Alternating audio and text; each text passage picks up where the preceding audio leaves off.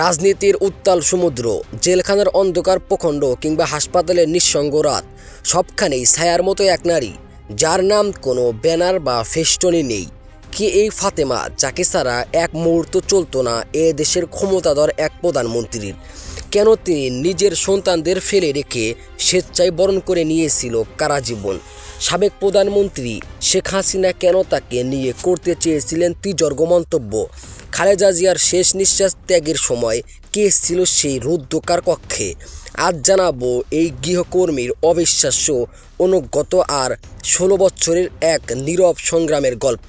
ইতিহাসের আড়ালে থাকা এই নারীর কাহিনী জানলে আপনার চোখে জল আসতে বাধ্য।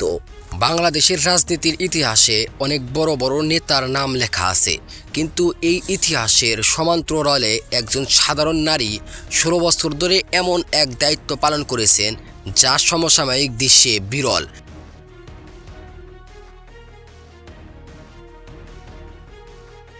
বোলার এক সাধারণ পরিবারের মেয়ে থেকে কিভাবে তিনি হয়ে উঠলেন খালেদা জিয়ার একান্ত আস্থাভাজন, আজ আমরা তার জীবনের সেই পরিক্রমা দেখব।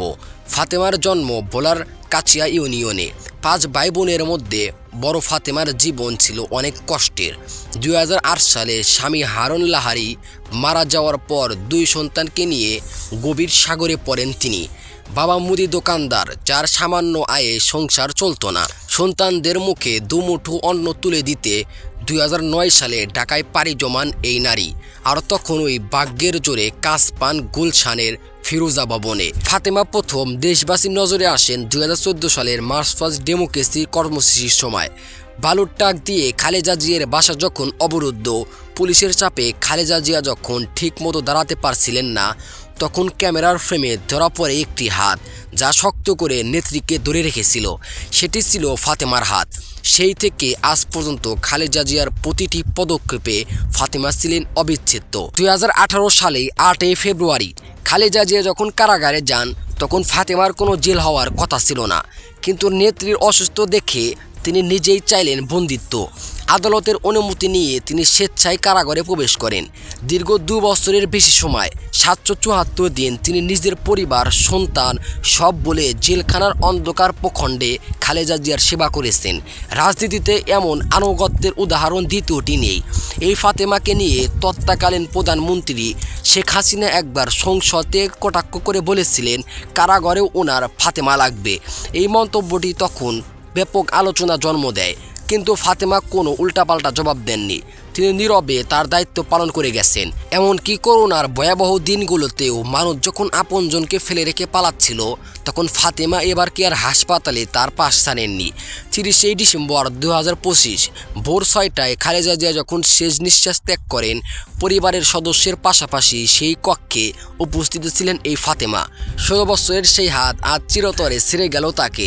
কাল যখন খালেদা জিয়াকে দাফন করা হচ্ছিল, তখন সম্ভবত সব থেকে বেশি নৃশংস বোধ করেছেন এই ফাতেমা, কারণ তিনি কেবল গৃহকর্মী ছিলেন না, ছিলেন খালেদা জিয়ার ব্যক্তিগত নার্স, সচিব এবং ছায়াসঙ্গী। ফাতেমা কোনো রাজনৈতিক কর্মী নন, তার কোনো বড় পদ নেই, কিন্তু খালেদা জিয়ার জীবনের কঠিন সময়গুলোতে তার অবদান অনেক বড় নেতার চেয়েও বেশি। সম্পর্কের এই রসায়ন শিখিয়ে দিয়ে গেল, আনুগত্য কেবল টাকার বিনিময়ে হয় না, তা হয় হৃদয়ের টানে। ফাতেমার এই গল্প আমাদের রাজনীতির ইতিহাসে এক মানবিক দলিল হয়ে থাকবে। আপনি ফাতেমার এই ত্যাগকে কিভাবে দেখেন কমেন্টে জানান। ধন্যবাদ আমাদের সাথে থাকার জন্য। তিনি পেয়েছেন কাছে, তার সন্তান, তার নাতি, তার পুত্রবধূ সবাইকে তিনি কাছে পেয়েছেন। এক অনন্য জীবনের পরিসমাপ্তি।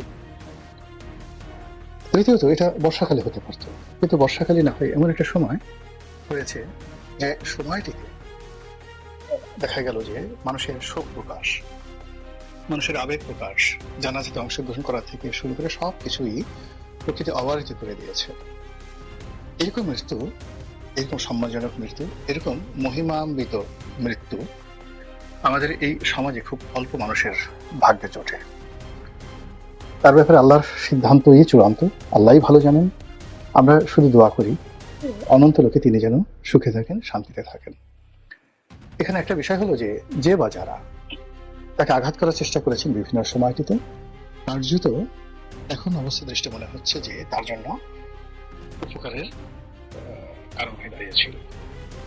যেমন তিনি যখন জেলে গেলেন, তার এই যে জীবিত কিন্তু তিনি জেলে আছেন, এই সময়টিতে নেতাকর্মীদের মধ্যে, বিএনপি নেতাকর্মীদের মধ্যে যে বন্ধন তৈরি হয়েছিল, যে মহব্বত তৈরি হয়েছিল, সেটি এখন বিএনপি তার সুফল পাচ্ছে। তার অবর্তমানে তার সন্তান যেভাবে নেতৃত্বে এগিয়ে এসেছিল এবং তখন হয়েছিল, তিনি যতদিন বাইরে ছিলেন তখন হয়তো তারেক রহমান সাহেবের নেতৃত্ব 30% ছিল দলের উপর, কিন্তু যে মুহূর্তে তিনি জেলে গেলেন তখন তারেক রহমান সাহেবের নেতৃত্ব চলে এলো 95%। তো এই যে 95% যে তার নেতৃত্বের যোগ্যতা, তারা মানে যারা তাকে জেলে নিয়ে আসেন বেগম জিয়াকে, তারা এই তারেক রহমান সাহেবকে নেতা হিসেবে গড়ে উঠতে সহযোগিতা করেছেন। তার ফলে এই সময়টি পরিবর্তিত পরিস্থিতিতে তারেক রহমান সাহেব বাংলাদেশে আসার সাহস দেখিয়েছেন, শক্তি দেখিয়েছেন, যোগ্যতা দেখিয়েছেন এবং তার মায়ের শেষকৃত্যে তিনি উপস্থিত থাকার সৌভাগ্য অর্জন করেছেন। তো এই যে খালেদা জিয়ার জীবনে যে ঘটনা ঘটলো, বাংলাদেশে আরো একজন প্রবীণা রাজনীতিবিদ শেখ হাসিনা, তিনি যদিও বেগম জিয়ার মতো রোগাক্রান্ত নন। বেগম জিয়ার দুটো খুব সিরিয়াস সমস্যা ছিল, একটা ছিল আর্থ্রাইটিসের সমস্যা, বাতের সমস্যা, এবং এইগুলোর কোনো চিকিৎসা হয় না। একবার যদি আপনি এই রোগ দ্বারা আক্রান্ত হন, ডায়াবেটিস, বাত, এগুলো আপনাকে সারা জীবন বহন করতে হয়। তার দ্বিতীয় আরেকটা সমস্যা ছিল লিভার সিরোসিস, এটাকে এক ধরনের লিভার ক্যান্সার বলা হয়। এটা একমাত্র হলো যে নির্দিষ্ট বয়স পর্যন্ত, সম্ভবত 50 বা 60 বছর পর্যন্ত একটা শরীর আপনাকে ধারণ করতে পারেন আপনি, যখন আপনার এই শরীর থেকে লিভারটা খুলে নিয়ে নতুন একটা লিভার লাগানো যায়। কিন্তু বেগম জিয়ার যে বয়স, সেই বয়সে আসলে এটা অপারেশন করা সম্ভব ছিল না, ফলে এই দুটো রোগ নিয়ে তিনি বেঁচে ছিলেন। তো সেই অর্থে শেখ হাসিনার কার্যত এরকম কোনো দৃশ্যমান রোগ আছে আমরা জানি না। তিনি এখনো শক্তিশালী, সামর্থ্যবান বা সামর্থ্যবতী, এবং যথেষ্ট তার যে ব্রেইন, কথাবার্তা বলা, পূর্ণমতিত্ব, নেতৃত্ব দেওয়ার ক্ষমতা এবং রেসপন্ড করার ক্ষমতা, এটি এখনো বহাল আছে। কিন্তু তারপরে তারও কিন্তু বয়স হয়েছে, তিনি বেগম জিয়ার খুব কাছাকাছি। তো এখানে আমি যেটি আতঙ্ক অনুভব করছি, সেটা হলো আমরা ছোটকালে একটা গল্প পড়েছি, কালা পাহাড় ধলা পাহাড়। তো সেই গল্পের আলোকে যদি আপনি বেগম জিয়া এবং শেখ হাসিনার রাজনীতি মূল্যায়ন করেন, তাহলে দেখবেন যে দুজন কিন্তু একজন অপরজনের পরিপূরক। তাদের জীবনের প্রাপ্তি এবং তাদের জীবনের অপ্রাপ্তি, তাদের জীবনের দুঃখ, কষ্ট, বেদনা এবং যা কিছু, এটা একে অপরের পরিপূরক। তাদের জন্ম প্রায় সমসাময়িক কালের, কর্মও তাদের সমসাময়িক কালের। তারা উভয়ই একজন পিতার পরিচয়, একজন স্বামীর পরিচয়।